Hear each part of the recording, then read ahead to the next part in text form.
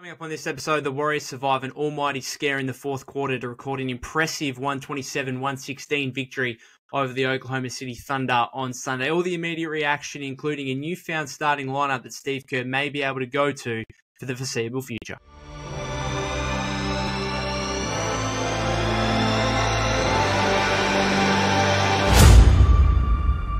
Welcome back to the Golden State with Mates podcast. Before I get started, I was supposed to have Griffin Gamble, my Blue Man Hoop colleague, join me on this episode to dissect this Warrior victory over the Thunder.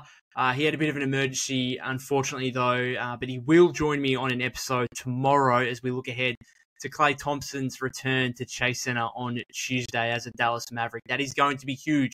But on this game, the Warriors, a 127-116 victory, as I mentioned, against the Thunder. A really impressive performance, albeit another major scare there in the fourth quarter. The Warriors' second and third quarter could not have been any better. This is an OKC team with the league's best defense, and the Warriors just torched them in the second and third quarter. Put up 39 points in the second, largely thanks to Jonathan Kuminga, who had 12 in that quarter. D'Anthony Melton was hitting threes from everywhere. And then in the third quarter, a season-high 42 points, led by Steph Curry, who had 17 himself, but it was more than that from Steph. Like, he torched a couple of Thunder guys one-on-one on a few occasions, and then Mark Daigneault was kind of helpless, thought, yep, okay, I'm going to have to throw multiple bodies here at Steph. And then off the double teams, the Warriors were just getting whatever they wanted. There was a Wiggins corner three, a Buddy Hield wing/corner three. Kyle Anderson made a floater in the paint. That was like three straight possessions where the Thunder just doubling Steph out near half court and the Warriors just taking advantage and cashing in. Steph was doing everything in the third quarter. The Warriors, with 10 seconds left in that third period, led by 30. It was 107-77. And it couldn't have been better from a Golden State standpoint. Their offense was absolutely on fire. Their defense was pretty good as well, aside from some frustrating foul calls on Shai Gilgeous-Alexander, who had 24, but 12 of them came from the free throw line. Bit of frustration there, but otherwise, the Warriors were so impressive in the second and third quarter, and yet it came crumbling down rather quickly. And as we saw in Houston, dating less than 10 days ago, the Warriors just, that lead, that 30-point lead just evaporated rather quickly, and all of a sudden, in the space of 8 minutes, OKC go on a 31-7 run, and all of a sudden the margin is 6 points with still over 4 minutes to go. And there were some nerves there. There were some anxious times, a couple of possessions. I think they had two straight ones where D'Anthony Melton had an inbounds, threw the ball just inexplicably over Draymond's head, and Caruso got a dunk on the other end. Steph was just dribbling the ball on the next possession, I think it might have been, and he just lost the ball out of bounds. And you were just like, whoa, okay, the Warriors are completely discombobulated here. They're really, they look anxious, they're playing nervous, and you're really concerned about whether or not the second and third quarters that were so good would ultimately amount to nothing, and the Thunder would, finish off a historic, unbelievable comeback. Fortunately, though, the Warriors hold on. They end up winning by 11. Big wing three from Steph with just over a minute to go to seal it. He was really the story. 36 points, had 5 rebounds, 7 assists as well, 7 of 13 from beyond the arc. He just loves playing the Thunder. He just loves playing OKC. And I feel like the Warriors stylistically actually match up pretty well with the Thunder because they're not overly big to begin with, aside from obviously Chet Holmgren. And then really the game-defining moment, you'd have to say, was the fact that Chet got injured in the first 5 minutes. A really aggressive drive from Andrew Wiggins' baseline. Absolutely went aggressive to the rim, smacked into Chet Holmgren. Nothing untoward from Wiggs whatsoever. It was a made layup. Refs didn't call it a thing, just a made layup. But Chet fell down in a heap, was on the floor in agonizing pain, took a long time to get up, could barely put weight on his left leg, I think it was, left or right, one of the two, and then never returned to the game. So fingers crossed. I love watching Chet play. Fingers crossed that he is back and healthy and playing again sometime soon. But from a Warriors standpoint, from a Thunder standpoint, first and foremost, it made Mark Daigneault go incredibly small.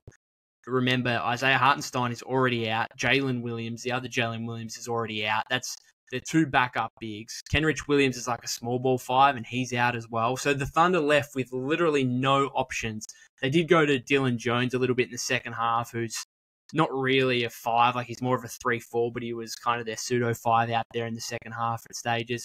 And they had to go really small, and it allowed Steve to counter and go really small. And I think in an ideal world, the Warriors do go small and play with either Draymond or Kyle Anderson at the 5. It's just you can't do that very much because other teams play bigger than that, and it's taxing on Draymond and it's taxing on Slow-Mo if he's playing significant minutes at the 5. So you can't really get away with that in most situations, but you could in this game because the Thunder just had no size out there. So Trace Jackson-Davis did not come back in the game after his first 5-minute stint, and Kevon Looney was a complete DNP. So the Warriors, the entire time, it was either Draymond or Slow-Mo as the small ball 5 out there. And I think it worked in their favor, being able to have more shooting on the floor, more offense. That's what we saw in the second and third quarter. And I think in the fourth quarter, they obviously started missing some shots.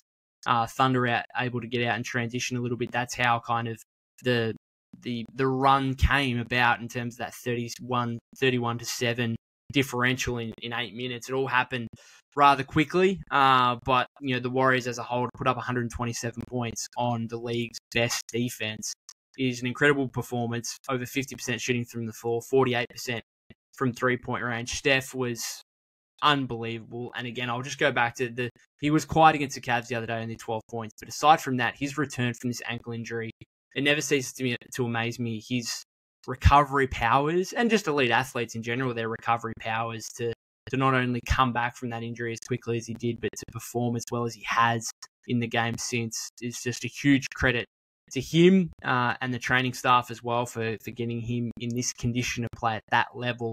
Because, Lou Dort is one of the best wing guard defenders in the league. And early on, he was kind of hassling Steph a bit. And Steph was struggling to get looks. But that second half was just, Steph found a rhythm. As I said, he loves playing against OKC. And that was the story of the night, really, from a Warrior perspective. The first, I think, signature Steph Curry performance for the season. Like, clearly, was this the first? I think this was the first time he went for 30 plus. What did he have against the Celtics? I think that was his first. It was definitely his season high, and I think it was his first game above 30 points. Of course, the first couple of games, he wasn't needed late in the game, given the blowout victories against the Trailblazers and Jazz, which seemed like an eternity ago now. But the Warriors 8-2. This win over the Thunder pushes OKC to 8-2, and then Phoenix losing to Sacramento pushes them to 8-2. So the Warriors actual equal top the Western Conference standings right now. If you told me the Warriors went 4-1 on this road trip, in fact, I remember talking about it ahead of the road trip. Like, if the Warriors were able to go 3-2, like at least 2-3 or 3-2, that would have been okay. And I said if they went 4-1 or 5-0, then we'd have to start having different conversations. And I think we are having different conversations based on the fact they were able to beat the Celtics and beat the Thunder in 2 of these 3 games. Yes, disappointing one in the middle against OKC, but this is a team that can beat anyone on any given night. Now, I still have question marks over the course of a 7-game series, but the depth is going to go a long way, and Steph Curry is still Steph Curry, and he's going to win you a lot of games based on his individual brilliance as well. So this is a team right now that looks like a 50-win team, that looks like they can be not even top 6 in the West, but maybe even top 4 in the West. So it's an unbelievable start to the season. There's going to be more challenges ahead. They have had some fortune based obviously on who they played in the first kind of 7 games, but also obviously playing the Celtics with no Jaylen Brown, no Kristaps Porzingis, and then playing the Thunder today with Chet going down injured and without the Thunder having anyone in the way of a backup center, which has been the case for their whole season so far, to be fair. But obviously Chet's been huge for them, and that was a real difference in the game, not having him out there, albeit he missed his first few shots there in the opening 5 minutes. So the Warriors to go 8-2, I think, it's better than any of us could have really expected. I thought, okay, if we can get out 6-4, that would have been nice, above 500. But to be 8-2 at this point is far beyond expectation. And of course, we've got the matchup against Clay and the Mavericks on Tuesday, which is going to be a big one there, coming off a loss to Denver, I believe. Clay didn't shoot the ball that well. But in terms of this one against the Thunder, in terms of some of the major takeaways for the Warriors, I think this is probably, and it sounds like it's going to be the case based on what Steve said in the post-game press conference, this is the starting lineup that I think we will likely see for the foreseeable future in terms of D'Anthony Melton getting his first start as a Warrior alongside Steph in the backcourt, and then clearly Wiggs, Draymond, TJD rounding out the starting five in the front court. Now, the starters didn't see that much game time together because TJD obviously only played 5 minutes and then Chet got injured and we didn't see him at all from there on out. But Melton was fantastic. So impressive. And I think that back injury and I think the Warriors' depth, I think that casts him aside a little bit in what he brings and his value. Because it's easy once a guy gets injured and misses a few games, it's easy to see what else is going on from a Warrior perspective and all the positives. Moody playing well, GP2 playing well, all these guys, Buddy Hield obviously is the biggest story probably over the first 10 games. So it's really easy to look at all these other guys and then, a guy that's not playing just gets cast aside kind of thing. And we think, oh, yeah, it'll be nice when he comes back and he'll be helpful. But I don't think we really appreciate how much value D'Anthony Melton can actually bring to this team. I think in theory he was always going to be the starter going back to the off season and before training camp and preseason.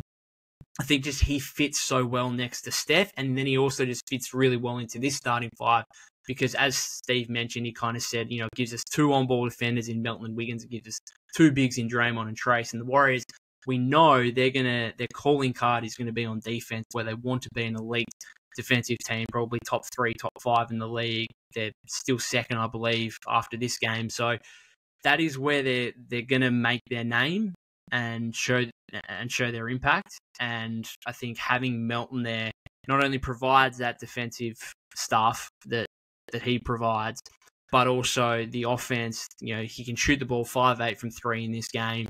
He's obviously can handle the ball a little bit. I was surprised early on with how much he did handle the ball, and they were kind of playing him as the point and Steph as the off guard a little bit and trying to get Steph open off screens and stuff like that, which changed a little bit as the game unfolded and going into the second half where Steph obviously started creating a lot more for himself, and then once they started doubling, he started creating for others as well. Unbelievable performance from him. But Melton just brings the best combination of offense and defense for the Warriors. And this, to me, is going to be the starting lineup, I think, for the foreseeable future. Something pretty drastic would have to change, or something pretty drastic would have to go wrong, I think, for Steve to go away from it in the next 15, 20 games, assuming everyone stays healthy. And that's always a question mark with Melton, given he was limited to 38 games last season, and given he's already missed 5 games with a back injury, that's obviously going to be something they have to manage. But I'm not saying he's going to be a starter and playing 30-plus minutes, but if he play, the 26, nearly 27, I think, that he played in this one, that's probably going to be about the range that he plays. Some nights it might be close to 30, other nights it might be closer to 20, depending on if he's hitting shots, what the other team is asking in terms of what lineups and combinations Steve puts out there. So I couldn't have been more impressed with D'Anthony Melton. A couple of turnovers which were disappointing. I mentioned that one before with Caruso, where he just threw the ball on an out of bounds play over Draymond's head, and Caruso got a dunk in transition. But otherwise, just super impressive. Had 10 rebounds as well. His first double-double as a Warrior, 19 points, 10 rebounds, 2 on the offensive end. He's kind of like Dante, I think. And Dante was so good for the Warriors, and we've seen what he's become, after leaving the Warriors, going to the Knicks, and now with the Timberwolves. Very similar players to me, those two guys. I would say Dante maybe a better 3-point shooter, but Melton maybe a better on-ball defender.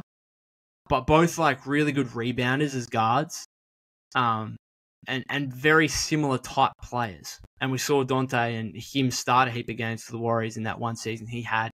And we'll see what happens with Melton going forward. Obviously, he's only on a 1-year deal, but he's a guy that there's so many different ways this could go in terms of his overall long-term. And I don't want to get into long-term stuff too much because right now we should only be looking at the present and the next game and the next 10, 15 games.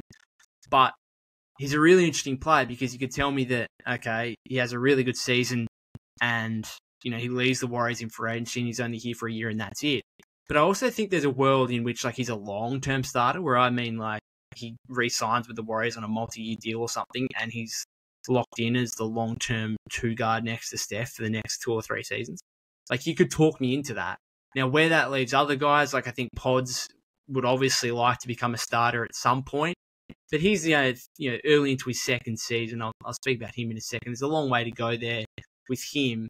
But I think like Melton's that valuable that it wouldn't surprise me if we're sitting here in another 24 months' time and we're talking about a game where DeAnthony Melton's gone for 20 points as a starter, like he did in this one. So he's a super valuable player, I think. Fingers crossed he can stay fit and healthy and that back issue doesn't become too much of a concern as the season progresses. But this is the starting lineup I think Steve will go with. My only concern right now in terms of that is Trayce Jackson-Davis. His last couple of games, there's been some stuff floating around on social media just in terms of Trayce, him individually in terms of being a bit soft out there on the floor and not being as aggressive as we would like, as aggressive as probably was in his rookie season. Like if you go back to that huge dunk he had on Wemby, the 3 blocks he had on Giannis at Chase Center against the Bucks last season, like he was really impactful on both ends of the floor, really aggressive, really stood up to the moment, stood up to any opposition that he came up against. And some of the stuff just in the last couple of games, I don't know, it's almost like he's playing nervous. He's just not playing as hard as I would like. And the biggest point to that, I think, was early in the game. Obviously, he only played in the first 5 minutes, but there was Lou Dort missed a 3.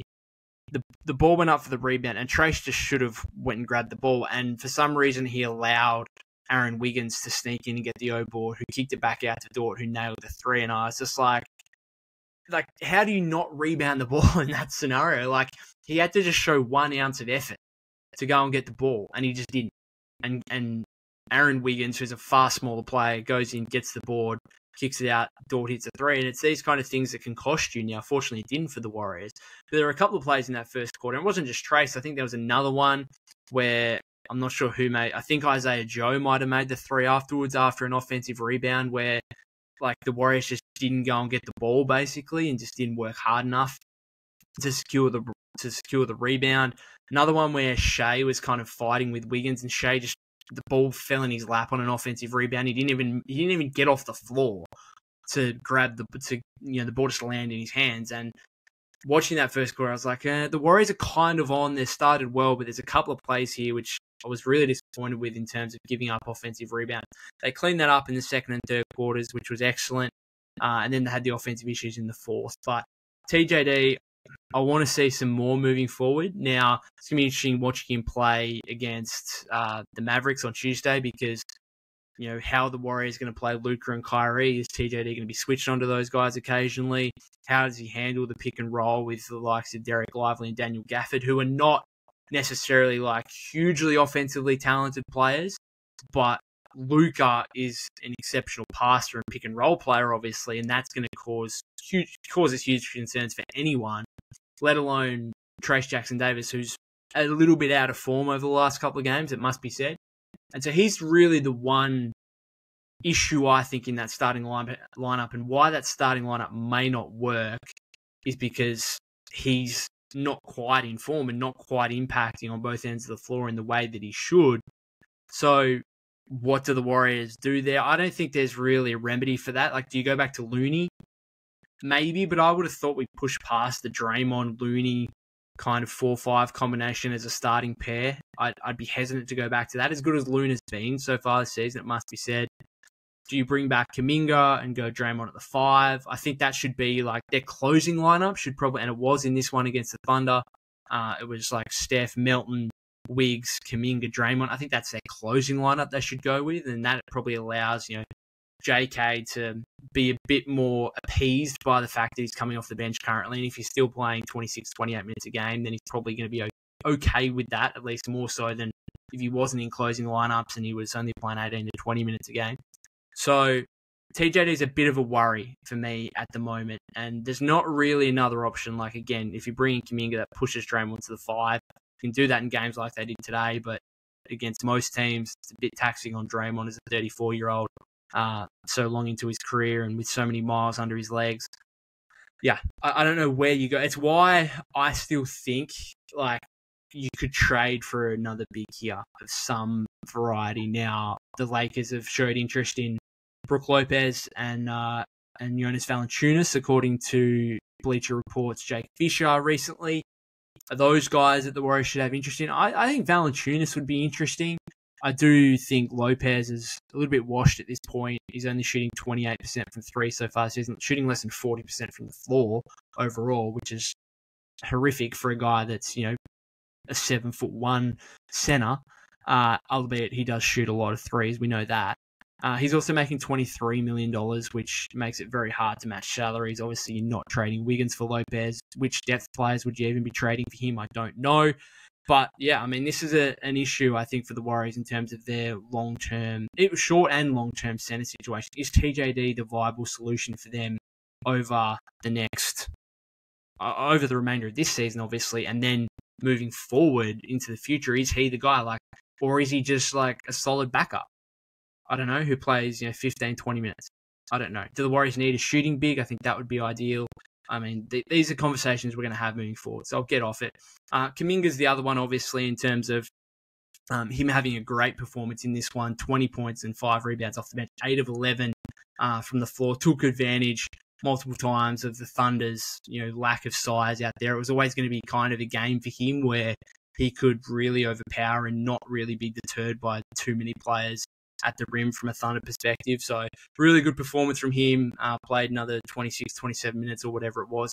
The issue for him is this, he's thriving off the bench now, which is almost hurting him more because Steve, why would you change it up? Why would you put JK back into a starting role when he's playing so well off the bench? He was one of the lone positives from the Cavs loss the other day. I think he's now 5 or 6, is it 6 straight games now, maybe with 15 plus points off the bench. So he's been really good and had another really solid outing in this one. Wiggs, he was really, really good. Obviously had that huge play over Chet, which was part of, I think, 8 points or 9 points in the first quarter. I think for him, he was 6 of 14 shooting from the floor. Thought he did a reasonable job on Shea. Thought the Warriors did a reasonable job on Shea, apart from the fouling stuff. But some of that is just some absolute BS. I like Shea as a player, but watching him sometimes is difficult. That one where he veered into Wiggs' path. I mean, that's what the league was or is trying to get rid of. And they called a foul on Wiggs and sent Shea to the line for 2 free throws. That is what the league was trying to get rid of, dating back to the start of last season, where they got rid of that. It's if you're the offensive player with the ball and you veer into the defender's path, we're going to call that an offensive foul, and yet they called it on Wiggs. Anyway, that was frustrating. A couple of the other ones, touchy fouls on Shea, were just play basketball. Just if you're Shea Gilgeous-Alexander, you're that talented, just play basketball. There's no need for you to be foul baiting like that. I like him as a player, but man, when he plays against your team, it's very frustrating. It's clever. I understand it's clever. It's manipulating the rules to your advantage. It's manipulating the whistle to your advantage. If you played for the Warriors, great, fantastic. Do it as much as you want, right? So it's up to the eye of the fan, right?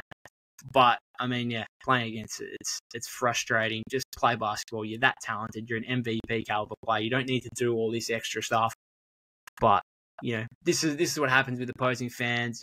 I'd imagine being an opposing fan, watching Draymond Green play would be incredibly frustrating. Or watching Steph playing, or albeit Steph, he's not a foul baiter or whatever, just the shots that Steph makes would be incredibly frustrating. So, Shea had a reasonable game. I thought the Warriors did a reasonable job. He missed some shots he probably would otherwise make. The foul stuff is what it is. But I thought Wiggins was fantastic. 18 points, 8 rebounds, 5 assists, 3 steals and a block. Plus 21. He was an equal game high, plus 21, as was Steph. He's just really playing well. He's just active and engaged, even when the shots aren't falling. It's been a super impressive start to the season for Wiggs. Draymond had 8 points, 4 rebounds, 11 assists. Just playmaking. A lot of stuff late in the game was kind of Draymond bringing up the ball and allowing Steph to run off screens off the ball and working that action there. Thought Draymond was pretty good. Melton we spoke about. Steph we obviously spoke about. GP2 played 12 minutes trying to hound Shea a few times, but he had 5 fouls in doing so. Again, not overly surprising given it's Shea. Slow-mo did a bit of everything. 6 points, 5 rebounds, 5 assists and a steal in 20 minutes. I would like if you can get away with Slow-mo as a small ball 5, I'd actually like to see more of it. Now, whether you can actually get away with it or not, and perhaps it would hurt the rebounding, I think specifically, would really be an issue there. But if you can get away with it, I'd probably like to see it maybe for 10, 15 minutes a game. Obviously, again, depending on the opposition. Buddy Hield, again, a little bit quiet, 8 points, 5 rebounds, 2 assists, only took 8 shots, 2 of 5 from 3. And then the only other worry, I think, right now, and I don't know if it might be a combination of the nose, obviously, and then the illness, but Pods just hasn't been great. And again, in this one, 15 minutes, didn't score, missed his 2 field goal attempts, missed his 1 3-point attempt, had 1 rebound, 1 assist, and 4 fouls in 15 minutes.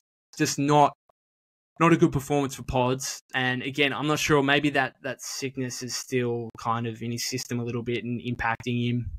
Fingers crossed he can get over that quickly, because the Warriors will need him as a backup point guard. But they can also kind of get away with not using him. Like, you look at him as a backup point guard and you think, oh yeah, he's going to play a lot in that role. He's going to play a lot alongside Steph. He's going to play, went into this game averaging the most minutes on the team. But he's not irreplaceable. Like, if he's not playing well, then yeah, he's only going to play 10, 15 minutes, because you can get enough ball handling out of Steph, Melton, Draymond, Shlomo. You can get enough to kind of go away from Pods if he's not playing well, and he didn't play well in this game. I think he drew a charge on Jalen Williams one time. That was nice, but aside from that, he didn't do anything of relevance. And then Moody only played 10.5 minutes, knocked down a 3 in the first half. Otherwise, missed 2, went 1 of 4 from the floor overall, didn't have a whole lot of impact. So it can be interesting to see how the rotation figures out moving forward, but I do think this starting lineup with Steph, Melton, Wiggins, Draymond, and TJD is probably likely to remain. I think that's about it. As I said at the start there, we're going to be back with Griffin tomorrow with a preview episode of the matchup against Clay and the Mavericks on Tuesday. It's going to be massive. Probably just going to do some other summarizing of the Warriors' start to the season with Griffin, obviously, after that 8-2 start through 10 games, which has been so impressive. Other than that, guys, if you haven't subscribed to the YouTube channel already, that would be greatly appreciated. You can follow me at Pop252, that's POK252 on X/Twitter. You can follow us at Golden State with Mates on Instagram and TikTok. Hope you can be on the lookout and tune in for the episode with Griffin as we count down to Klay Thompson's return to Chase Center on Tuesday.